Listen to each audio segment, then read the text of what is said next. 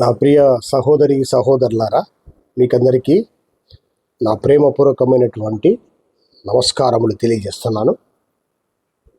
దేవుడు మిమ్మల్ని మీ కుటుంబములను సమృద్ధిగా దీవించి ఆశీర్వదించును గాక. నా ప్రియులారా, ఈరోజు గుడ్ ఫ్రైడే ఫెస్టివల్. దీని తదుపరి మూడో దినము ఈస్టర్ అనే ఫెస్టివల్ కూడా ఉంది. ఇది అందరికీ తెలుసు. గుడ్ ఫ్రైడే ఎందుకంటే ప్రభు అయిన యేసుక్రీస్తు వారు బలిపీఠములో మరి రక్షకుడిగా ఈ భూమికి వచ్చి మరి బలిపీఠంలో ఆయన సర్వమానవుల యొక్క పాప పరిహారార్థం మరి ఆయన మరి ఎన్నో శ్రమలు పడి రక్తమంతా కార్చి ప్రాణము పెట్టాడు. తిరిగి మూడో దినం ఆయన శరీరధారిగా ఆత్మ శరీరాన్ని కలిగి తిరిగి లేచినాడు.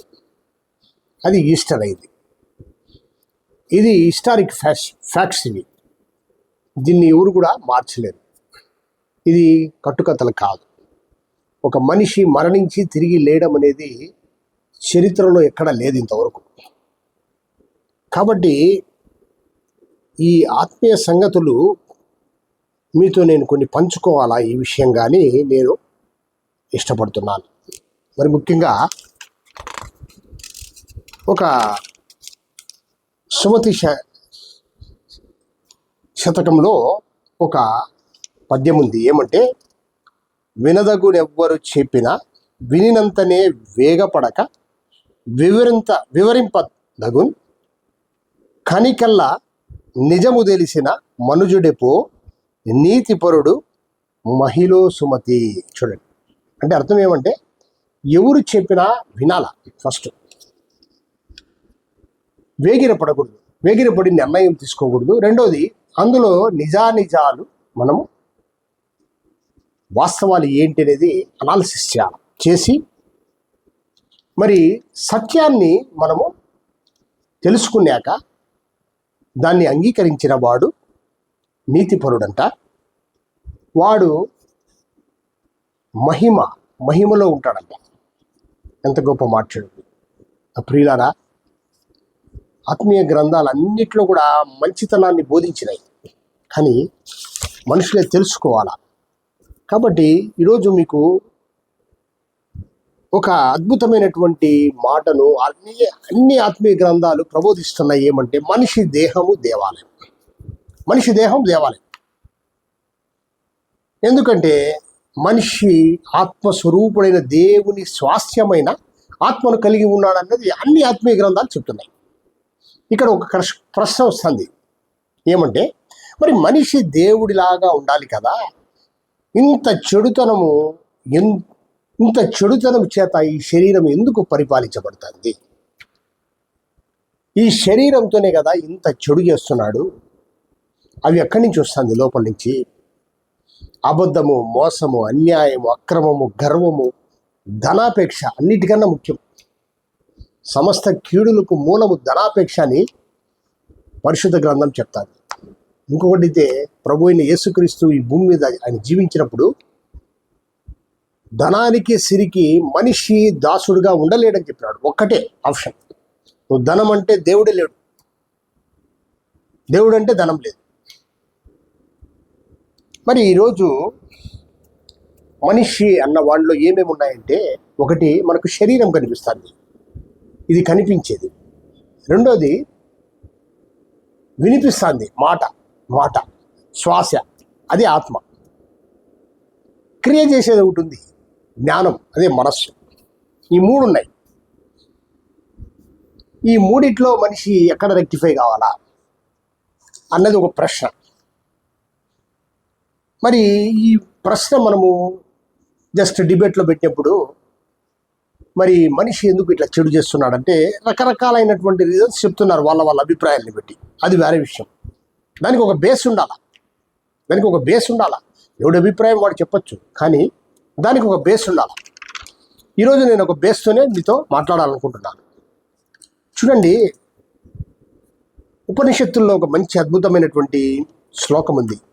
అసతోమా సద్గమయ, అంటే సత్యం వైపు నడిపించారు ఆయన మమ్మల్ని. తమసోమా జ్యోతిర్గమయ, వెలుగు వైపు నడిపించే చీకట్లో ఉన్నాము. మృత్యోర్మ అమృతంగమయ, అంటే మరణములో నుంచి జీవములోనికి నడిపించు అనేది ఎవరు చెప్తున్నారండి? ఇది మహా గొప్ప ఋషులు చెప్తున్నారండి. మహా గొప్ప ఋషులు చెప్తున్నారు. అంటే వాళ్ళ స్థితిని విన్నవించుకుంటున్నారు ఆత్మస్వరూపుడైనటువంటి పరమాత్ముడికి. నా ప్రియులారా, ఈరోజు మనము కనుక్కోవాల్సింది ఏమంటే, మనిషి ఎందుకు ఇలా చెడిపోతున్నాడంటే కారణం ఏమంటే, మొట్టమొదట మనిషిలో ఉన్నటువంటి ఆత్మ స్వభావం మనిషికి లేదు. ఆత్మను అనుసరించిన స్వభావము ఈ శరీరము చేయడం లేదు. ఇది కేవలము శరీర స్వభావంతో నడుస్తున్నాడు మనిషి. ఎందుకంటే ఆత్మలో ఉన్నటువంటి ఆత్మే హృదయం. ఆ హృదయములో ఉన్నటువంటి చెడుతనాన్నే మనస్సు తీసుకుంటుంది. మనస్సు శరీరాన్ని చెడుతో నడిపిస్తారు. మరి ఆత్మలో ఎందుకు ఆ జ్ఞాన స్పర్శ లేదు అన్నది ప్రశ్న ఈరోజు. ఆత్మలో ఎందుకు ఆ జ్ఞాన స్పర్శ లేదు మనిషికి? మరి రామకృష్ణ పరమహంస గారు ఒక మంచి మాట అంటారు. ఏమంటే, సుకృతమైన మానవ జన్మలో సత్యమును గురించి తెలియకపోతే ఆ జన్మ వ్యర్థం అన్నాడు. సత్యం గురించి తెలియకపోతే అసలు జన్మనే వేస్ట్ అంట. సత్యం అంటే ఏమిటి? అసలు నాశనము లేనిది సత్యం. ఆత్మకే నాశనము లేదు.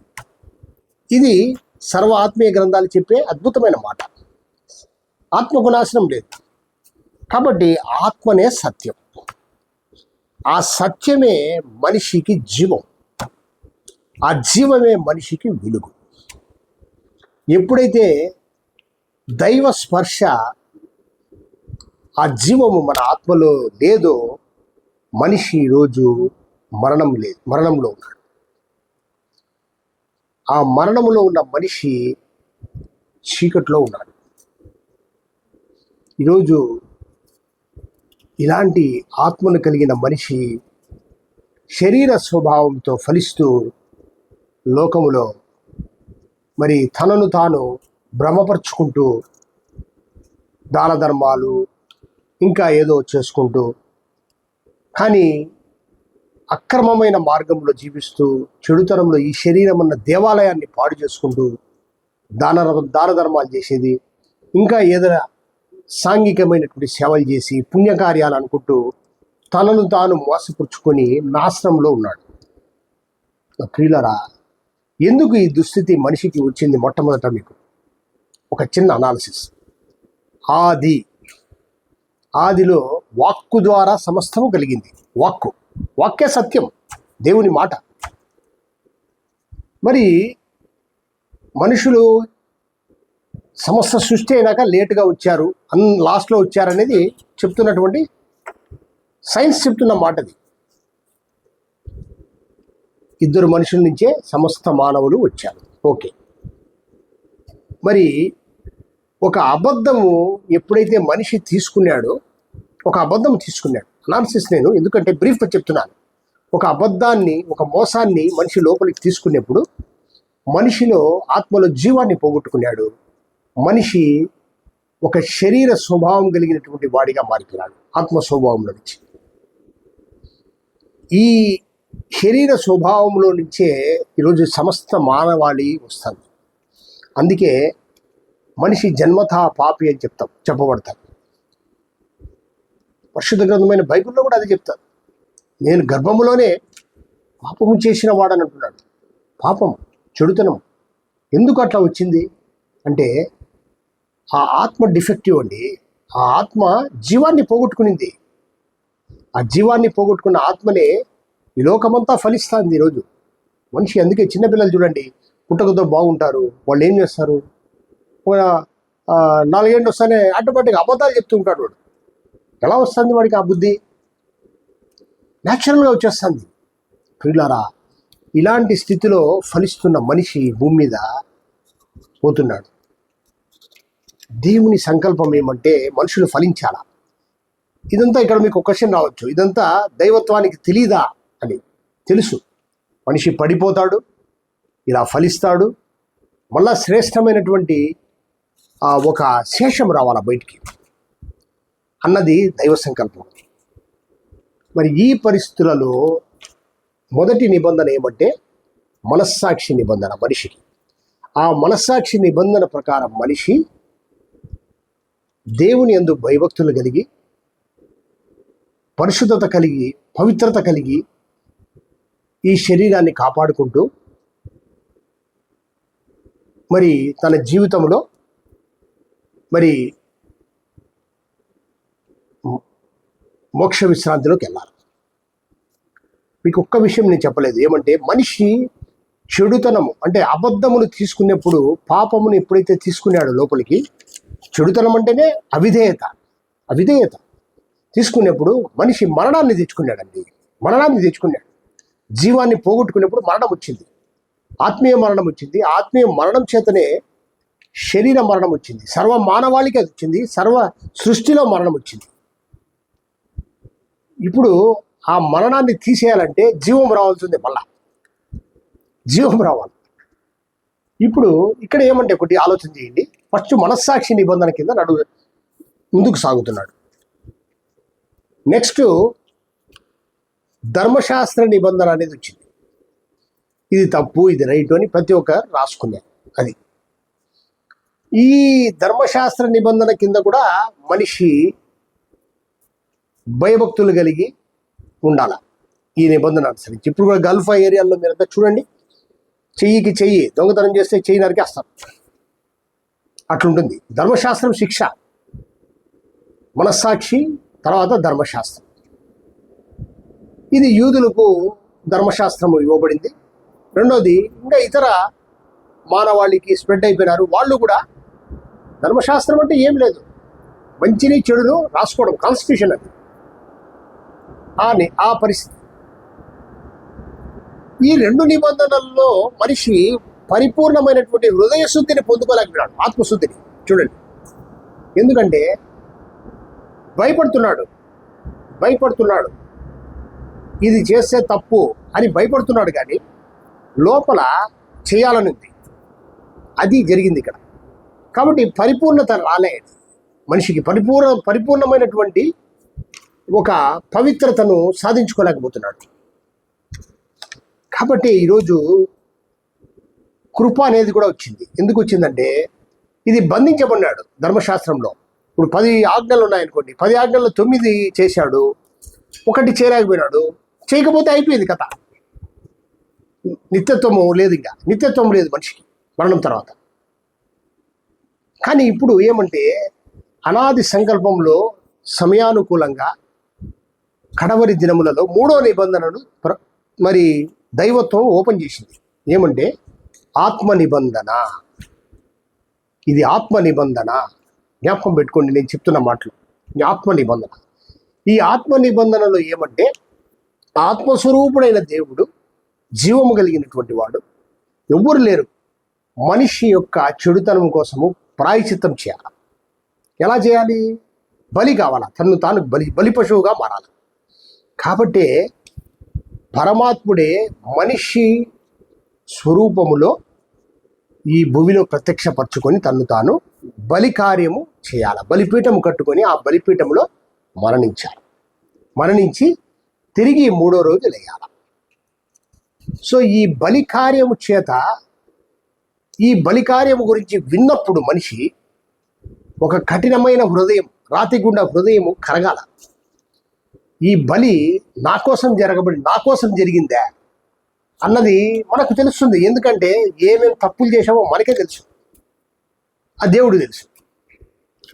ఆ ఆలోచనలు కానీ, చూపులు కానీ, మాటలు కానీ, క్రియలు కానీ ఇవన్నీ స్టోర్ అయ్యాయి. ఇవన్నీ స్టోర్ అయ్యాయి చిన్నప్పటి నుంచి. ఎక్కడ తప్పించుకో, ఇన్ని మొత్తం స్టోర్ అయినాయి.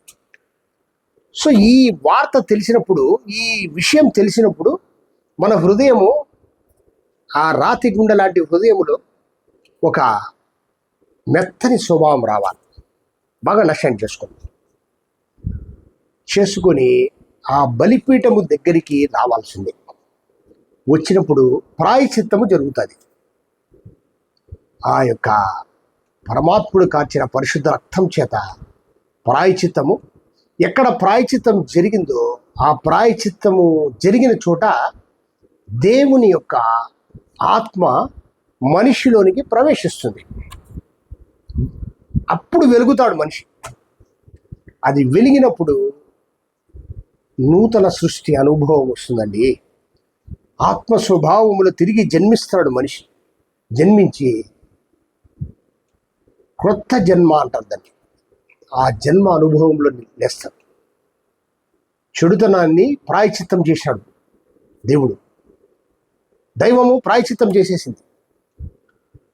మరి ఆత్మనిస్తాంది. ఎక్కడ పరిశుద్ధత అయితే ఏర్పడిందో అక్కడ ఆత్మ ప్రవేశిస్తుంది. శక్తి, ఆత్మ అంటేనే శక్తి అనుకోండి. శక్తి ప్రవేశిస్తుంది. మన చీకటి ఆత్మను వెలిగిస్తుంది. అది తద్వారా మన మనస్సు జ్ఞానముతో నింపబడుతుంది. మన మనస్సు ఆ వెలుగును తీసుకొని జ్ఞానాన్ని తీసుకుంటుంది. శరీరానికి ఆ జ్ఞానం ఇస్తుంది, జీవాన్ని ఇస్తుంది. కాబట్టి శరీరం ఏమవుతుందంటే ఆత్మీయంగా బ్రతికింది. మళ్ళా ఆత్మీయంగా బ్రతికింది. ఇది దైవత్వ పోలిక. ఇప్పుడు మనిషి దేవుని ఆలయముగా మాట్లాడు మళ్ళా. So lost is restored. అదే what is the lost, what is the restored? ఇది రెస్టోర్డ్. కాబట్టి ఇక్కడ ఒక ప్రశ్న రావచ్చు, మాకేం లాభం దీనివల్ల? మనిషి చెడునంతా వదిలేసినాడు. ఈరోజు నూతన సృష్టి అనుభవంలో దైవ స్వభావాన్ని, దైవ స్వరూపాన్ని కలిగి ఉన్నాడు. కలిగి లోకములో వెలుగు ఫలముగా జీవిస్తూ మరణం లేదు. ఇంకా మరణం తీసేసినాడు. మరణం వెళ్ళిపోయింది, చెడుతనం వెళ్ళిపోయింది. ఇప్పుడు ఈ భూమి మీద మహా అయితే 80 సంవత్సరాలు బతుకుతాము. నిద్రకు వెళ్ళాల.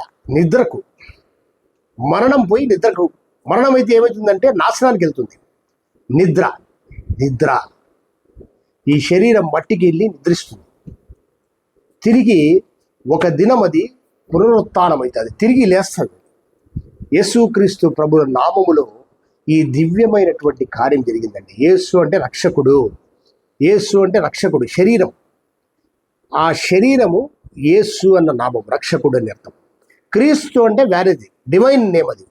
క్రీస్తు అంటే ఆత్మ. ఆ ఆత్మ వచ్చి యేసు అన్న శరీరంలో కూర్చునింది కాబట్టి, ఆయన మరణించి 3వ రోజు లేచాడు కాబట్టి యేసే క్రీస్తు అయినాడు. ఇది అండి మాట. క్రీస్తు వేరే, యేసు వేరే. క్రీస్తు అంటే డివైన్ నేమ్, అది ఆత్మ అని అర్థం, సత్యము అని అర్థం. యేసు అంటే రక్షకుడు అన్న శరీరం అది. ఆ శరీరములో ఆత్మము నివాసం చేసింది. తిరిగి 3వ రోజు లేచినాడు కాబట్టి యేసే క్రీస్తు అయినాడు. యేసే క్రీస్తు అయినాడు. ప్రియులారా, ఇదే మనిషిని చీకట్లో నుంచి వెలుగులోనికి తీసుకొచ్చే అద్భుతమైనటువంటి ప్రణాళికను దేవుడు ప్రకటించినాడు. అందుకే యేసుక్రీస్తు ప్రభుల వారి భూమి మీద ఉన్నప్పుడు, నేను ప్రతి మనిషిని, చీకట్లో ఉన్న ప్రతి మనిషిని నేను వెలుగులోనికి తీసుకొచ్చేదానికి నేను వచ్చినాను అంటాడు. తీర్పు తీర్చుటకు నేను రాలేదు, చీకట్లో ఉన్నవాడిని వెలుగులోనికి నడిపించుటకు నేను వచ్చినాను అంటాడు. నా యందు విశ్వాసం ఉంచిన వాడు ఎన్నటికీ చనిపోడని ఆయన ప్రవచించాడు. ప్రియులరా, ఇది మతమని అనుకోవద్దండి ఎవరు కూడా. జీవితాలను మార్చేటువంటి నగ్న సత్యం ఇది. ఈరోజు నేను చెప్తున్నాను, ఎంత డబ్బులైనా ఉండొచ్చు, ఎంతైనా ఉండొచ్చు, కానీ మన ఆత్మను మనం వెలిగించుకోలేకపోతే, సత్యముతో వెలిగించుకోలేకపోతే, అంత విచారపడేటువంటి స్థితి ఇంకా మన జీవితంలో ఏది లేదు. మరణము ఎప్పుడు సంభవిస్తుందో తెలియదు ఎవరికి. అది జరిగినప్పుడు ఆ చీకటి ఆత్మ చీకటిలోకి వెళ్ళిపోతుంది, తీర్పులోకి వెళ్ళిపోతుంది. మన శరీరము పునరుత్థానము లేకుండా ప్రభువు తిరిగి లేచినాడు. యేసుక్రీస్తు ప్రభుల వారు తిరిగి లేచినాడు. అలాంటి ఆశీర్వాదమే ఇవ్వబోతున్నాడు ప్రతి మనిషికి కూడా. పునరుత్థాన సంబంధమైనటువంటి ఆశీర్వాదం ఉంది. వాళ్లకు మాత్రమే నిత్యత్వం. ఈరోజు మీకు చెప్తున్నాను, దయతో క్రైస్తవుల్ని, చాలామంది క్రైస్తవులు ఈ లోకంలో ఉన్నారు. వాళ్ళు ఫ్యాషన్ క్రిస్టియానిటీ చేస్తున్నారు. వాళ్ళని చూడొద్దండి. వాళ్ళ గురించి ఆలోచన చేస్తే మీకు మతమే కనిపిస్తుంది. వాళ్ళకి తెలియదు. చాలామందికి ఆత్మను గురించినటువంటి పరిజ్ఞానము సరిగా తెలియదు, చాలామందికి కనిపించలేదు. ఎందుకో నేను చూశాను కాబట్టి చెప్తున్నాను. కాబట్టి ఆత్మీయ లోతుల్లోకి వెళ్తే టోటల్గా పరిశుద్ధ గ్రంథం అంతా కూడా, బైబుల్ గ్రంథం అంతా కూడా ఆత్మగ్రంథం అంటే ఇది ఆత్మగ్రంథం. మన ఆత్మను గురించి చెప్పే గ్రంథం. కాబట్టి రక్షకుడుగా ఆ శరీరము బలిపశువుగా మారింది. క్రీస్తు అన్న శక్తిని కలిగి ఉంది కాబట్టి మూడో దినం మళ్ళా లేచింది. ఈరోజు మనము కూడా ఎట్లా పోయే, ప్రతి మనిషి కూడా ఎట్లయిపోతాడంటే ఆ బలిపీఠంలో మార్పు, ఆ బలిపీఠములో అద్భుతమైనటువంటి నూతన సృష్టి అనుభవాన్ని పొందుకుంటాడు. ఎప్పుడు? మారు మనస్సు అనుభవం అంటే రిపెంటెన్స్తో రావాలి అక్కడికి. రిపెంటెన్స్ లేకుంటే ప్రాయశ్చిత్తము జరగదు. ప్రాయశ్చిత్తం జరగదు. ఒక దొంగ క్రైస్తవులాగా బతకాల్సిందే. ఆత్మ లేని క్రైస్తవులు ఈరోజు చాలామంది ఉన్నారు. 95% వాళ్ళే. అలాంటి వాళ్ళు చాలామంది ఉన్నారు. ఈ ప్రపంచం అంతా వాళ్ళతోనే నిండి ఉంది. వాళ్ళు ఊరికే క్రైస్తవులని చెప్పుకోవడానికి పనికి వస్తారు అంతే. ఓపెన్గా చెప్తున్నాను మీకు. ఎందుకంటే ఆత్మను పొందుకున్న క్రైస్తవుడే బ్యూటిఫుల్, నిజమైనటువంటి సత్యస్పర్శ కలిగినటువంటి జీవితంతో జీవిస్తాడు. ఈ లోకాన్ని జయించిన వాడిగా జీవిస్తాడు. మరి నిత్యత్వంలోకి ప్రవేశిస్తాడు. కాబట్టి ఇక్కడ ప్రభు అయిన యేసుక్రీస్తు నామం, అది నామం. ఆ నామములో మాత్రమే ఈ రక్షణ అంటే ఏం లేదు. రక్షణ అంటే చీకట్లో నుంచి వెలుగులోనికి రావడమే రక్షణ. చీకట్లో ఉన్న ఆత్మ వెలిగించబడ్డమే రక్షణ. అదే రక్షణ. ఈ రక్షణ భాగ్యమును కృపచేత దేవాతి దేవుడు మనుషులుగా అనుగ్రహించాడు. దానికి రక్తము చిందించబడింది. చక్కగా బలిపీఠము రక్త ప్రోక్షణ జరిగింది. ఆ బలిపీఠము దగ్గర ప్రాయశ్చిత్తం జరిగింది. దగ్గరికి వచ్చినోడికి ప్రాయశ్చిత్తం జరుగుతుంది. ప్రాయశ్చిత్తం జరిగిన చోట ఆత్మ అభిషేకం దొరుకుతుంది. ఆ ఆత్మ అభిషేకాన్ని పొందుకున్నోడు నూతన సృష్టిగా తిరిగి లేస్తున్నాడు. లేచి పునరుత్థాన శక్తితో లేచి లోకమును జయించిన వాడిగా వెలిగించబడిన ఆత్మ ఎట్లా ఉంటుంది, వెలిగించబడిన మనిషి ఎలా ఉంటాడని యథార్థముగా, సత్యముతో, యథార్థముగా, తగ్గింపు జీవితముతో, సాత్వికమైన గుణముతో, గర్వము లేకుండా మంచి జీవితంతో జీవించి మరణం లేదు. ఇంకా మరణం తీసేసినాడు ఆయన. కాబట్టి ఇప్పుడు ఏమవుతుందంటే నిద్రకి వెళ్ళిపోతుంది బాడీ నిద్రకి వెళ్ళిపోయి తిరిగి ఒక దినం అది మళ్ళా యేసు ప్రభుల వారు ఎలా లేచారో అలా లేచేదానికి అద్భుతమైనటువంటి అవకాశం లభించింది. దానికి తిరిగి లేచి నిత్యత్వంలోకి వెళ్ళిపోతాడు. అంతవరకు విడవబడినటువంటి ఆత్మ ఒక వెలుగులో ఉంటుందని చెప్పబడుతుంది వాక్యంలో. మరి చీకట్లో ఉన్న ఆత్మలు చీకట్లోకి వెళ్ళిపోతాయి. ఇదే అండి ఈరోజు గుడ్ ఫ్రైడే. ఎందుకంటే మనిషికి చెడుతనానికి, పాపమునకు ఒక సాల్వేషన్ దొరికింది. ఒక అద్భుతమైన మందు దొరికింది. జీవం వచ్చింది. జీవమే బలైపోయింది. అందుకే it is a good Friday. It is a total festival for every humans, irrespective of community, all these things. Religion ఏం లేదు. ఆత్మను కలిగినటువంటి మనిషి ఈ భూమి మీద మాత్రమే, భూమి మీద ఉన్న వాళ్ళ సకల ప్రాణులలో ఆత్మను కలిగిన మరి ప్రాణి ఎవరంటే మనిషి. ఆ మనిషి కోసము దేవాతి దేవుడే ఈ భూమికి వచ్చి యేసు అన్న రక్షకుడుగా, యేసు అన్న నామం అది రక్షకుడుగా బలైపోయినాడు. బలిపీఠం ఎక్కి బలి చేసుకొని రక్తమంతా కార్చాడు. తిరిగి మూడో రోజు క్రీస్తు అన్న అభిషేకం ఆత్మ ఉంది కాబట్టి లోపల క్రీస్తే యేసుగా లేచిన. ఇది హిస్టారికల్ ఎవిడెన్స్. కాబట్టి it's a very good, happiest festival అండి. Good Friday is happiest festival. ఒక కరోనాకు మందు దొరికింది అనుకోండి, క్యాన్సర్కు మందు దొరికిన రోజు ఎంత గొప్పగా మనము ఉంటాం, ఎంత గొప్పగా సంతోషిస్తాం కదా. ఈరోజు మందు దొరికింది మనకు గుడ్ ఫ్రైడే రోజు. కాబట్టి ఇట్స్ ఏ హ్యాపీయెస్ట్ ఫెస్టివల్. ఇది ఏడ్చే ఫెస్టివల్ కాదు. పొరపాటు పడద్దండి ఎవరు కూడా. ఏడ్చే ఫెస్టివల్ కాదు. ఇది తెలీదు. లోక సంబంధమైన క్రైస్తవులు చాలామంది వాళ్ళకు జ్ఞానం లేకుండా, ఆత్మీయమైన జ్ఞానం లేకుండా ఇట్లా చేస్తున్నారు పనులు. ఆచార సంబంధమైన క్రిస్టియానిటీని చేస్తున్నారు. కాదండి, ఇట్స్ నాట్ ఏ ఒక కస్టమైజ్డ్ క్రిస్టియానిటీ కాదు ఇదంతా. Spirituality, total spirituality. సోల్ లోపలికి రావాలా, మన సోల్ని వెలిగించాలా, మనము మండాలా, మనము మన శరీరము మరి జీవాన్ని పొందుకొని లోకంలో దేవుళ్లాగా జీవించాలి. మరి మరణాన్ని తీసేసినాడు కాబట్టి మరణంను జయించిన వాడిగా నిద్రకు మనం వెళ్ళాలా. తిరిగి ఒక దినము ఉంది, ఆ దినము లేయాల, నిత్యత్వంలోనికి ప్రవేశించాలి. అంతవరకు ఆత్మలంతా కూడా మరి వెలుగుతో సత్యముతో వెలిగించబడిన ప్రతి ఆత్మ కూడా వెలుగులో ఉంటుందంట. అది ఎక్కడో ఏం చెప్పబడలేదు, ఎక్కువగా వెలుగులో ఉంటుందంట. చీకటి ఆత్మలు తీర్పులోకి వెళ్ళిపోతాయి. ప్రియులారా, అందుకే ఈరోజు ఆత్మలో వెలిగించు అని చెప్తున్నాను నేను. ఎందుకంటే ఒక మనిషి వెలిగినాక అనేకుల్ని వెలిగించాలండి.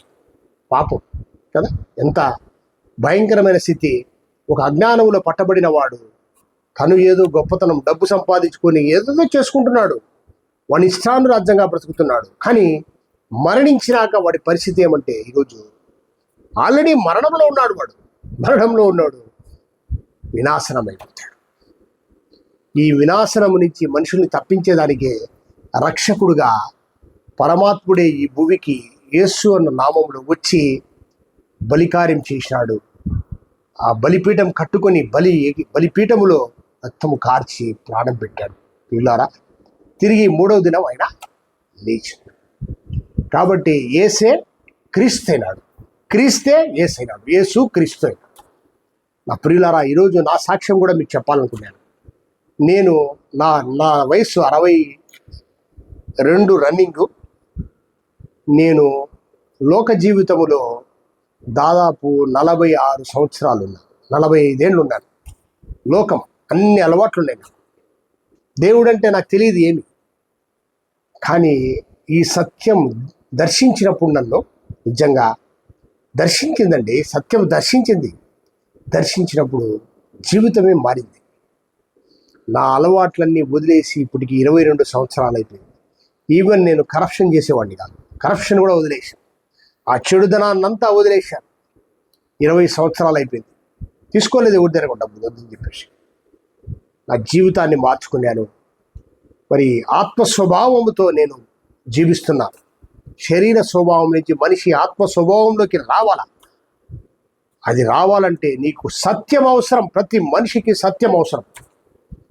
ఆ శక్తి కావాలి. ఆ శక్తి ఎక్కడ దొరుకుతుంది? ప్రభు అయిన యేసుక్రీస్తు బలిపీఠంలో దొరుకుతుంది. ఆయన ఒక్కడే మరణం ప్రతి మనిషి కోసం మరణం పెట్టాడు. మరణము రుచి చూసినాడు. ఆ బలిపీఠం దగ్గరికి మారు మనస్సుతో వెళ్ళిన వాడికి మాత్రమే అది ప్రాయచిత్తము జరిగి అక్కడ నూతన సృష్టి అనుభవము, ఆత్మ అభిషేకము దొరుకుతుంది. వాడి జీవితమే మారిపోతుంది. నిత్యత్వం దేవుడిచ్చిన వాగ్దానం అది. ఆ వాగ్దానాన్ని పోగొట్టుకుంటున్నాం మనం. ఈరోజు చాలామంది మనుషులు లోక జీవితంలో వాళ్ళ ఇష్టానుసారంగా జీవించి ఎట్లయిపోతున్నారంటే మరణం జరిగి వెళ్ళిపోతున్నారు.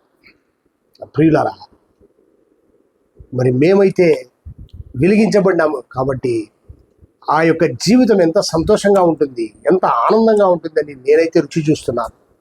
కాబట్టి ఈరోజు కన్నీరు కారుస్తున్నాం. ఇతరులను చూసి, తోటి వారిని చూసి కన్నీరు కారుస్తున్నాం. వారి కోసం ప్రార్థిస్తున్నాం. కాబట్టి ఈరోజు ఇది మతమని లేకుంటే మతపరమైన బోధనని అనుకోవద్దండి దయతో. ఎందుకంటే సత్యము, నేనే సత్యము, నేనే మార్గము, సత్యము, జీవము అన్నవాడు ఎవడు లేడు ఈ లోకంలో. ఆ సత్యాన్ని వెంబడించడం అనేది క్రైస్తవ్యం. ఆయన శిష్యుడుగా ఉండడం, ఆ నామానికి శిష్యుడుగా మారడం అనేది గొప్ప వరం, కృప. మరి ఆ నామం ద్వారా ప్రచురం చేయబడిన పరిశుద్ధత, మంచితనము, యథార్థత, దీనత్వము, ఇవన్నీ కూడా మరి వెంబడించే వాడికి ఉండాలి. అది ఎవరికి ఉంటుందంటే ఆత్మను పొందుకున్న వాడికి మాత్రమే వస్తుంది. ఆత్మను పొందుకోకుంటే వాడికి రాదు. ప్రియులారా, ఈ భారతదేశంలో మరి యేసు ప్రభుతో తిరిగినటువంటి 12 మంది శిష్యులలో ఒక్క శిష్యుడు వచ్చి చనిపోయినాడు.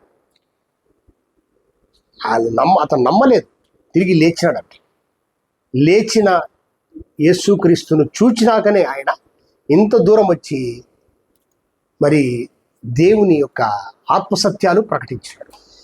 మరి చూడకుంటే వస్తాడు ఆయన? ఒకసారి ఆలోచించి. మద్రాస్ పట్టణంలో సెయింట్ థామస్ మౌంటైన్ ఉంది.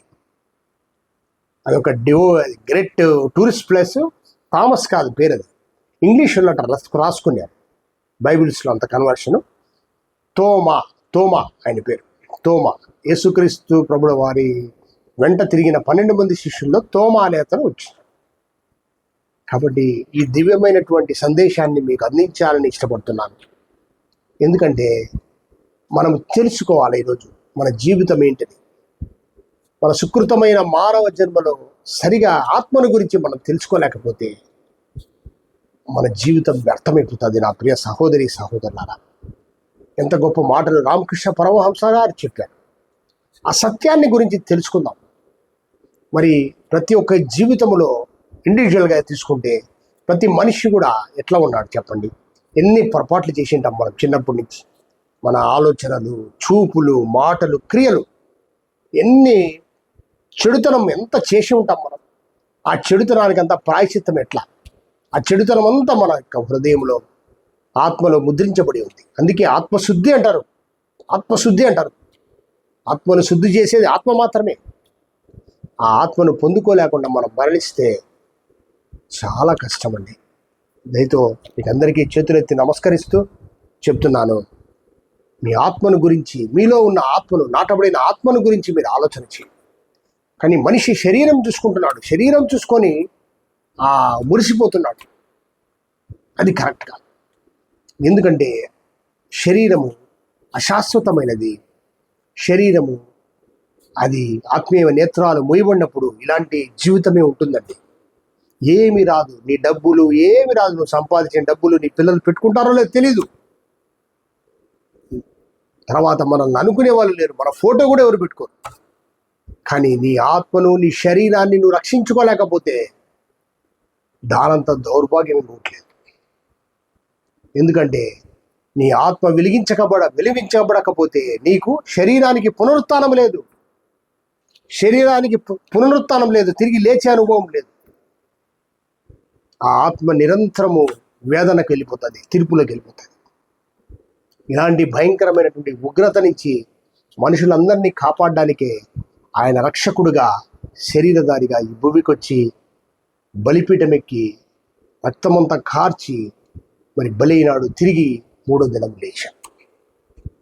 ఈ ఆశీర్వాదాలు ప్రతి మానవుడికి అందించాం. God bless you. Thank you.